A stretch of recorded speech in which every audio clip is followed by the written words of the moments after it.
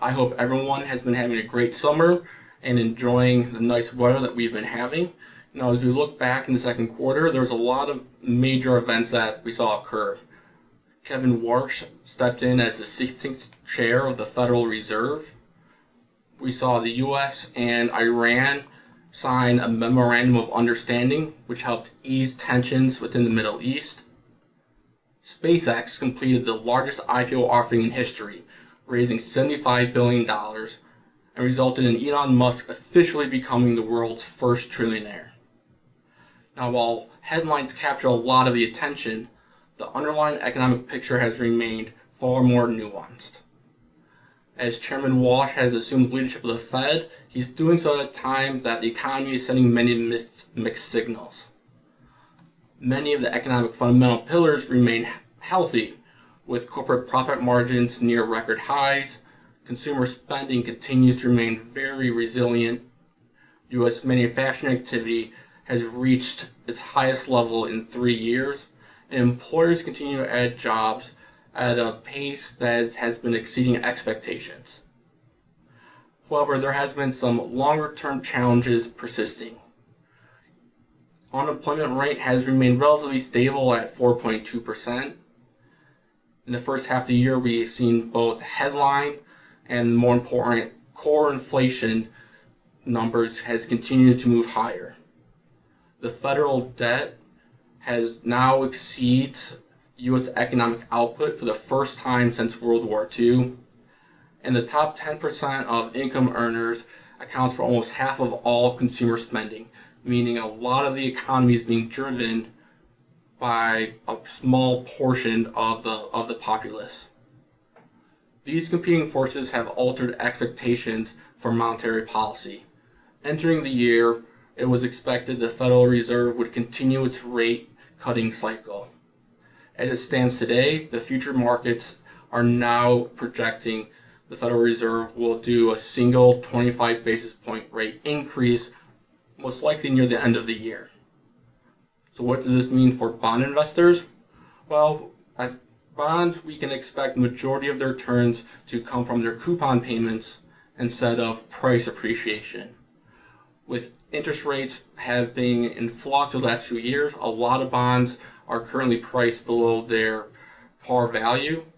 And over the last year, we've seen some of the returns from bonds come from the price of bonds increasing closer to their par value. This year, we're seeing the majority of the bonds returns come from just that coupon payment itself. It's important to note, though, that bonds provide more value than besides their income from their coupon payments. They're important diversification within a portfolio. Since 1988, the U.S. stock market has taken on average 24 months to fully recover from a 20% decline. That means from peak to trough to peak, the U.S. stock market on average about 24 months to recover. A more balanced portfolio of 60% stocks and 40% bonds has recovered in 11 months over that same time period. The shorter recovery period is very meaningful for retirees and those approaching retirement, as it greatly reduces the sequence of returns risk that they have within the portfolio. Looking at the equity markets, the second quarter was very strong for the equity markets. We ended the first quarter at about 8-month low. The second quarter kicked off and had the strongest quarterly gains since the post-pandemic rebound in 2020. The stock market really was led by the tech sector, but also the energy and material sectors. These are sectors that are in support of the AI industry, as AI, many are aware, requires a lot of energy. They're continuing to build all these data centers and needing these semiconductors. So the material sector also has been very important. The majority of U.S. indexes has also hit all-time highs. But more importantly, even though stock prices have continued to rise, valuations have come down. And that is because the earnings growth has outpaced the stock market return growth. Another trend that we saw in 2025 continuing to 2026 is that diversification continues to win.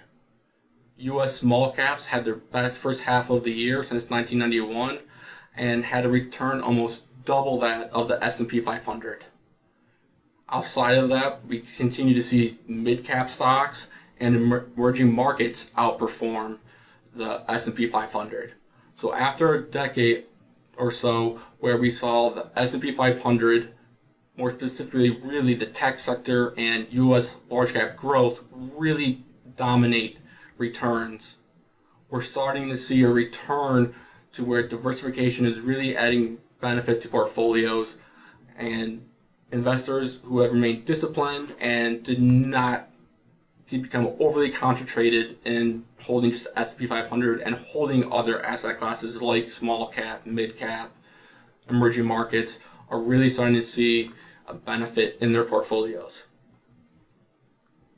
As we look forward for the remainder of the year, there's a major tailwind that I think really hasn't been that discussed.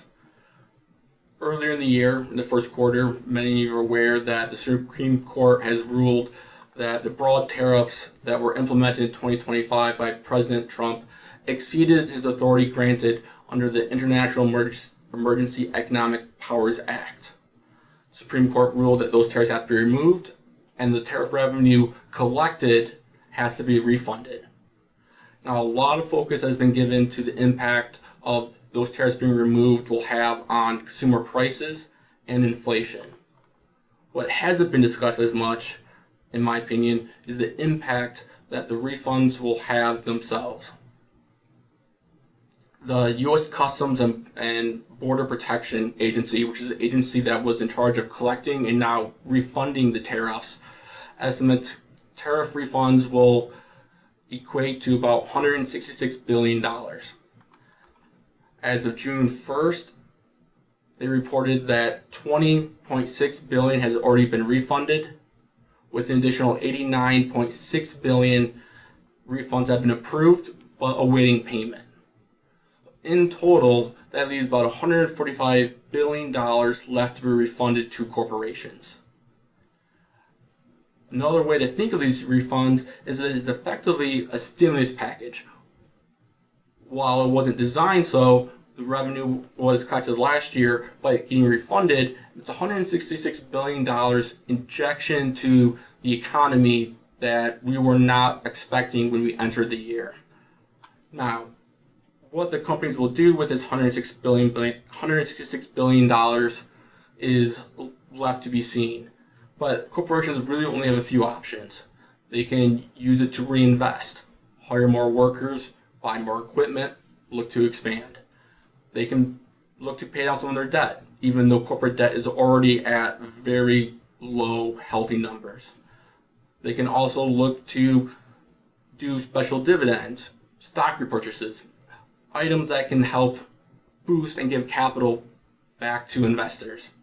And some companies are stating, at least, that they will attempt to pass the refund onto the customers who were paying the tariffs previously. Now, the $145 billion left to be refunded sounds like a large number, but the impact will actually be much greater. And that is due to something that we call the investment multiplier. As I stated earlier, when companies get these refunds and they reinvest or hire more workers or whatever they do with those funds, that money is going to get spent again. So if a company is hiring more workers, those workers are now going to be spending more money.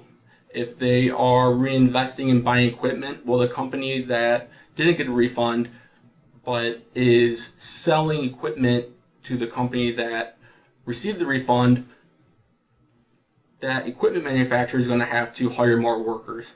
And so the impact is actually much larger than the 166 billion or the 145 billion left to be refunded.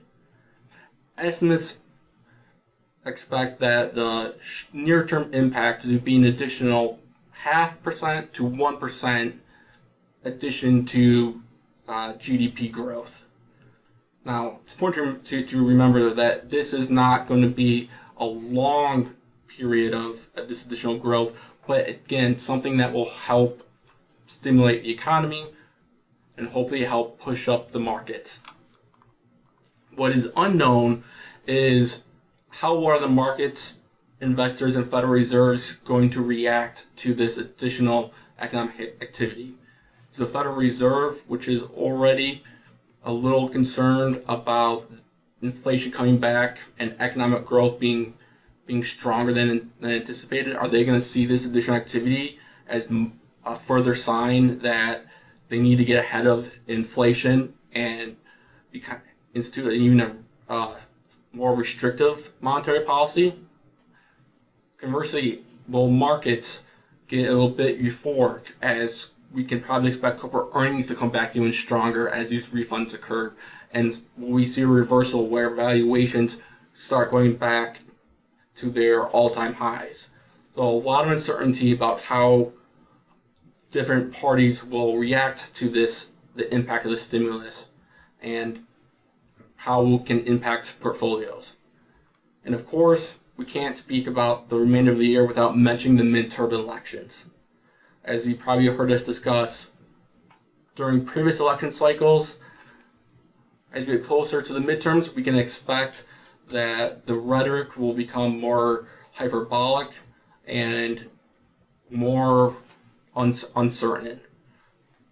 When we're looking at election cycles, uncertainty, fear tends to be a better motivator to get people out to vote than the reverse of saying everything's good and let's continue the path we're on. So it's important to remember that when you're in this election cycle, just like previous election cycles, that we do not get caught up in the noise that we should anticipate.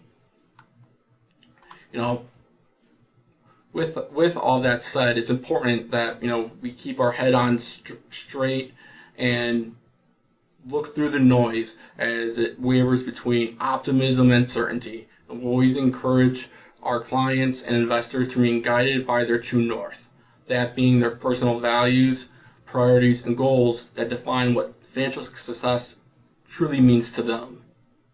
So rather than drifting with every market headline or get whipsawed, a well-designed, personalized financial roadmap provides the discipline to navigate these changing conditions with confidence and purpose. Now, as we look forward, I hope everyone has a great remainder of 2026. And if they have any questions, concerns, please never hesitate to reach out to us. Thank you.